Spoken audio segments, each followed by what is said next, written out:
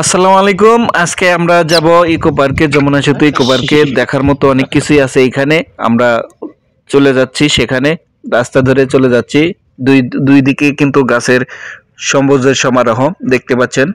কত সুন্দর গাছগুলো, অনেক সুন্দর লাগতেছে এখানে। জায়গাটাও অনেক সুন্দর। যারা ঘুরতে আসবেন তাদের জন্য কিন্তু খুবই সুন্দর একটি জায়গা। এখানে মনোরম পরিবেশ দেখতে পাচ্ছেন। আমরা যাচ্ছি, দুই ধারে কিন্তু গাছের সারি সারি সারি সারি গাছ লাগানো, মাঝখান দিয়ে রাস্তা। এটা একটি মূলত জঙ্গল ছিল। জঙ্গলকে ব্যবহার করে কিন্তু এটা একটা পার্ক গড়ে তোলা হয়েছে। এই পার্কের অবস্থানটা হচ্ছে যে যমুনা সেতু, সায়দাবাদ ইউনিয়ন এবং সিরাজগঞ্জ জেলায় অবস্থিত এটা। এবং পূর্ব পাশেও কিন্তু আরেকটা আছে। আপনারা যে যেখানে অবস্থান করছেন, যার যেখানে সুবিধা হয় সেখানে যেতে পারেন। তো আমরা যাচ্ছি আম, সেতুর পশ্চিম পারে, যেটা সিরাজগঞ্জ। আমরা কিন্তু গেটে এসে পড়েছি। এখন ঢুকে পড়বো।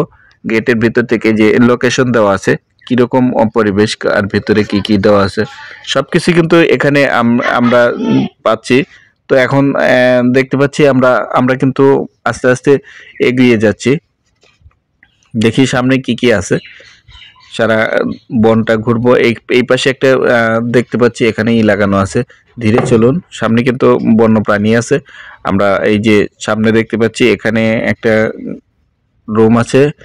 এইখানে একটা দেখতে পাচ্ছি। এখানে কিন্তু অনেকগুলো যে খরগোশ দেখতে পাচ্ছি, কালো খরগোশগুলো দেখতে পাচ্ছি। খুব সুন্দর দেখা যাচ্ছে এখানে। আপনারা দেখতে পাচ্ছেন অবশ্যই। আমরা আপনাদের সাথে নিয়ে যাচ্ছি। এই পাশে দেখতেছি বানর। বানর যেগুলো দেখুন উপরে, বানরের যে কাজ সেই কাজগুলো করতেছে।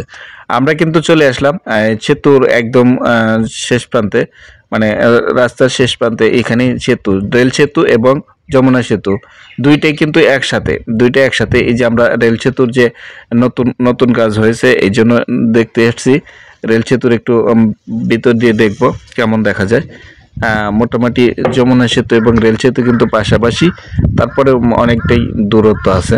এখানে অনেক সুন্দর লাগবে। তো এবার আমরা আবার ওইখান থেকে ঘুরে এসে একটু বানরের সাথে খেলা না করলে হয় না, এজন্য আসলাম। দেখুন কতটা চালাক বানরটা, কত চালাক।